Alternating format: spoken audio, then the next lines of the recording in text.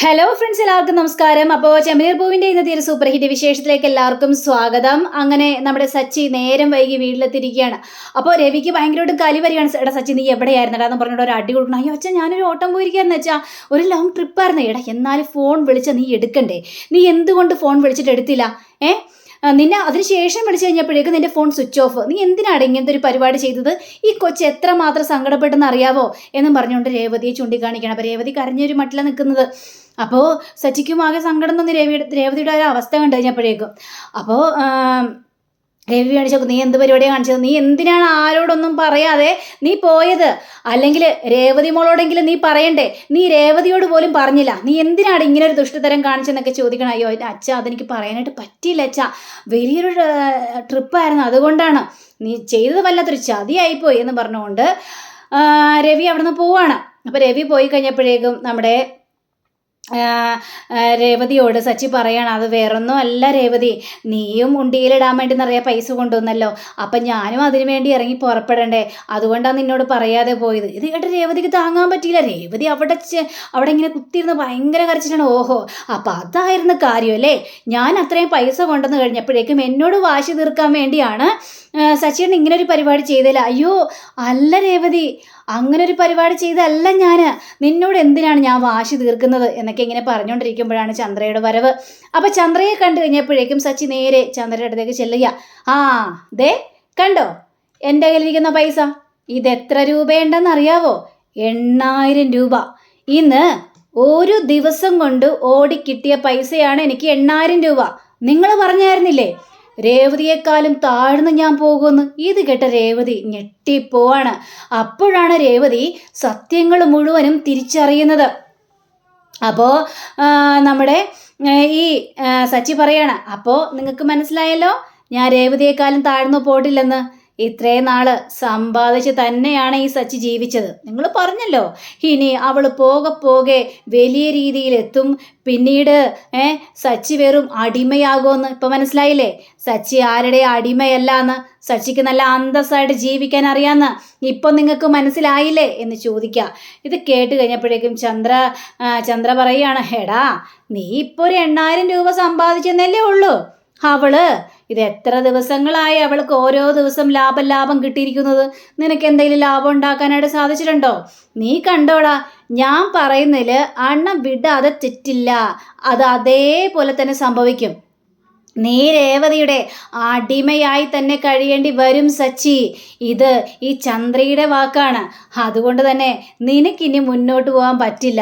അവൾ നിന്നെ ആട്ടിത്തുപ്പും, നിന്നെ അടിമയായിട്ട് അവൾ നിന്നെ പിന്നാലെ കൊണ്ടുപോകും എന്നും പറഞ്ഞുകൊണ്ട് ചന്ദ്ര മുകളിലേക്ക് കയറിപ്പോവാണ്. അപ്പോൾ ഇതെല്ലാം കേട്ട് ആ രേവതിക്ക് സങ്കടം സഹിക്കാൻ പറ്റുന്നില്ല. അങ്ങനെ സച്ചിയാണെങ്കിൽ രേവതിയുടെ അടുത്തേക്ക് ചെന്ന് ഇങ്ങനെ ഇരിക്കുകയാണ്. ഓഹോ സച്ചിയേട്ടാ, അപ്പം ഇങ്ങനെ ഒരു വർത്തമാനം ഉണ്ടായിരുന്നല്ലേ? മനസ്സിലായി സച്ചിയേട്ടാ. അപ്പോൾ ശരിക്കും പറഞ്ഞു കഴിഞ്ഞിട്ടുണ്ടെങ്കിൽ എന്നോട് വാശി തീർക്കാനാണ് സച്ചിയേട്ടൻ പോയത്. അയ്യോ ഇല്ല രേവതി, അമ്മ പറഞ്ഞതിൻ്റെ ആ ഒരു ഇതിൽ ഞാൻ പോയെന്നേ ഉള്ളൂ. നിന്നോട് വാശി തീർക്കോ? നീ എന്താണ് ഏതാണ്, നിൻ്റെ സ്വഭാവം എങ്ങനെയാണെന്നൊക്കെ എനിക്ക് നന്നായിട്ട് അറിയാൻ പാടില്ലേ? നമ്മൾ സമ്പാദിക്കുന്നത് നമ്മൾക്ക് വേണ്ടിയാ, നമുക്കൊരു ലക്ഷ്യമുണ്ട്, അതിനു വേണ്ടിയല്ലേ? അപ്പോൾ നിന്നെ അങ്ങനെ മറന്ന് ഞാൻ അങ്ങനെ ഒരു പ്രവൃത്തി ചെയ്യുമോ രേവതി? ഇല്ല. പിന്നെന്താ അമ്മ അങ്ങനെ പറഞ്ഞത്? ഞാൻ സച്ചിയേട്ടനെ അടിമയാക്കി വെക്കും പോലും. സച്ചിയേട്ടാ, എൻ്റെ മനസ്സിൽ തോന്നാത്ത പോലും കാര്യമാണ്. ഓ, ഞാൻ സച്ചിയേട്ടനോട് പറഞ്ഞായിരുന്നല്ലേ സച്ചിയേട്ടൻ ഉണ്ടിയിലിടാൻ പൈസ ഇല്ല, എനിക്കുണ്ടെന്ന്. അതുകൊണ്ടല്ലേ സച്ചിയേട്ടൻ ഇങ്ങനെ ഒരു പ്രവൃത്തി ചെയ്യാനായിട്ട് എന്നോടൊരു വാക്ക് പോലും പറയാതെ പോയത്? അയ്യോ ഇല്ല രേവതി, ആ സമയത്ത് എനിക്ക് പറയാനായിട്ട് പറ്റില്ല. എനിക്ക് അമ്മയോടുള്ള വാശിയായിരുന്നു. പെട്ടെന്ന് ആരോടും പറയാതെ പോയി സമ്പാദിക്കണം എന്നുള്ളൊരു വാശി മാത്രമായിരുന്നു. സച്ചിയേട്ടൻ സമ്പാദിച്ചല്ലേ സച്ചിയേട്ടാ ഈ കുടുംബം മുഴുവനും കഴിയുന്നത്? അതൊക്കെ മറന്ന് ഞാൻ അങ്ങനെ പ്രവർത്തിക്കുന്നു തോന്നുന്നുണ്ടോ സച്ചിയേട്ടാ? ഇല്ല രേവതി, എനിക്കറിയാലോ നിന്റെ സ്വഭാവം എന്താണെന്ന്. നീ അങ്ങനെ ചെയ്യില്ലെന്ന് എനിക്ക് നന്നായിട്ട് അറിയാം. പക്ഷേ അതെ, അതൊന്നും കാര്യമാക്കാൻ നിൽക്കേണ്ട. അമ്മ എന്ത് വേണമെങ്കിലും പറഞ്ഞിട്ട് പോട്ടെ രേവതി. നീയേ ഫുഡ് കഴിച്ചായിരുന്നോ? ഇല്ല. ഫുഡ് കഴിച്ചില്ലെന്ന് വിചാരിച്ച് എനിക്കൊരു കുഴപ്പമോ സംഭവിക്കാനായിട്ട് പോകുന്നില്ല. അയ്യോ അങ്ങനെ പറഞ്ഞാൽ പറ്റില്ല രേവതി, നീ ഫുഡ് കഴിക്കണം. വേണ്ട, ഒരു ദിവസം കഴിഞ്ഞെന്ന് വിചാരിച്ച് മരിച്ചൊന്നും പോകാനായിട്ട് പോകുന്നില്ല എന്നും പറഞ്ഞുകൊണ്ട് രേവതി അവിടെ നിന്ന് എണീറ്റ് നേരെ ടെറസിൻ്റെ മുകളിൽ പോയിരിക്കുക. അങ്ങനെ സച്ചിയാണെങ്കിൽ കുറച്ച് ഭക്ഷണം എടുത്തുകൊണ്ട് വരികയാണ് രേവതിയുടെ മുന്നിലേക്ക്. രേവതി ദേ ഈ ഫുഡ് കഴിച്ചേ. വേണ്ട സച്ചിയേട്ടാ, എനിക്ക് വേണ്ടെന്നല്ലേ പറയുന്നു പറഞ്ഞിട്ട് ഭയങ്കര കരച്ചില്ല. പറ്റില്ല, ദേ ഈ ഭക്ഷണം കഴിച്ചില്ലെങ്കിലേ പിന്നെ ഞാൻ ഒരിക്കലും മിണ്ടില്ല. ഓ സച്ചേട്ടൻ ഇപ്പം ചെയ്തു കൂട്ടി എന്താ, അതെനിക്കൊരു പറ്റിപ്പോയതാന്നേ, നീ എന്നോട് ക്ഷമിക്കുക. ആ സമയത്ത് എനിക്ക് ഫോണൊന്നും എടുക്കാൻ തോന്നിയില്ല. പിന്നെ കുറേ കഴിഞ്ഞപ്പോഴത്തേക്ക് ഫോൺ സ്വിച്ച് ഓഫ് ആയി പോവുകയും ചെയ്തു. അല്ലാതെ മനഃപൂർവ്വം സ്വിച്ച് ഓഫ് ആക്കിയതല്ല രേവതി. എന്നോട് ഒരല്പം സ്നേഹം ഉണ്ടെങ്കിൽ രേവതി ഫുഡ് കഴിക്കണമെന്നും പറയുക. അങ്ങനെ സച്ചി വായിലേക്ക് വാരി വാരി വെച്ച് കൊടുക്കുകയാണ് നമ്മുടെ രേവതിയുടെ. രേവതിയാണെങ്കിൽ കരഞ്ഞുകൊണ്ടാണെങ്കിലും സച്ചിയെ സങ്കടപ്പെടുത്തണ്ടെന്നൊക്കെ വിചാരിച്ചുകൊണ്ട് രേവതി അത് കഴിക്കുകയാണ്. അങ്ങനെ അവിടെ ആ പ്രശ്നം സോൾവ് ആകുകയാണ്. പിറ്റേ ദിവസം രാവിലെ ആയി കഴിഞ്ഞപ്പോൾ തന്നെ അതിരാവിലെ ഭയങ്കര മണിയടി ശബ്ദമൊക്കെ കേൾക്കുക. ഇത് കേട്ട രവി വരികയാണ്. രവി വന്നിട്ട് ഇതെന്താണിത്, ഇത്ര രാവിലെ ആരെയും മണിയടിച്ച് പ്രാർത്ഥിക്കുന്നത് മനസ്സിലാവുന്നില്ലല്ലോ, ഇതെന്ത് ഇത് പൂജയും കാര്യങ്ങളൊക്കെ ഉണ്ടോ, ചന്ദ്രേ എന്താ ചന്ദ്ര ഇത് എന്നൊക്കെ ചോദിച്ചപ്പോഴേക്കും അത് പിന്നെ രവിയേട്ടാ, നമ്മുടെ ശ്രുതിയും കൂടി ചേർന്നിട്ടേ പൂജാ റൂമിൽ എന്തൊക്കെയോ പൂജകൾ ചെയ്യുകയാണ്. പൂജകളോ? എന്തിനുള്ള പൂജകള്? അതൊന്നും അറിയില്ല. അവ രാവിലെ എണീറ്റ് പൂജകളെല്ലാം ചെയ്യുന്നുണ്ട്. എന്തെങ്കിലും കാര്യസാധ്യത്തിന് വേണ്ടി ആയിരിക്കും. അപ്പോൾ നമ്മുടെ സച്ചിയും രേവതിയൊക്കെ വരികയാണ്. അച്ഛാ എന്താ ചെയ്ത്, ഭയങ്കര മണിയുടെ ശബ്ദം പുകയും ചന്ദനത്തിരിയുടെ മണമൊക്കെ ആണല്ലോ, എന്താ ചെയ്ത് എന്നൊക്കെ ചോദിച്ചപ്പോഴേക്കും എടാ ശ്രുതി എന്തോ രാവിലെ എണീറ്റ് പൂജ ചെയ്യാനടാ, എന്താ സംഭവം ഒന്നും ഒരു പിടിയും കിട്ടുന്നില്ല. പൂജയോ? എന്ത് പൂജ? അപ്പോൾ വർഷയും ശ്രീകാന്ത് എല്ലാവരും വരിക. അങ്ങനെ ശ്രുതിയും ഇങ്ങനെ പൂജാ റൂമിൽ കിടന്ന് ഇങ്ങനെ പൂജ ചെയ്യണം. എന്നിട്ട് കർപ്പൂരം കത്തിച്ചുകൊണ്ട് താഴത്തേക്ക് ഇറങ്ങി വരിക. താഴത്തേക്ക് ഇറങ്ങി വന്നിട്ട് ഇനി ഇതൊന്ന് വണങ്ങിയെന്നും പറഞ്ഞുകൊണ്ട് ചന്ദ്രയ്ക്ക് നേരെ നീട്ടുകയാണ്. ചന്ദ്രയാണെങ്കിൽ ആ ഒരു ദീപം തൊഴുകയാണ്. അതേപോലെ തന്നെ രവിയും തൊഴുകയാണ്. അപ്പോൾ അച്ഛാ ഇനി എല്ലാ പ്രശ്നങ്ങളും തീരാൻ പോവുകയാണ്.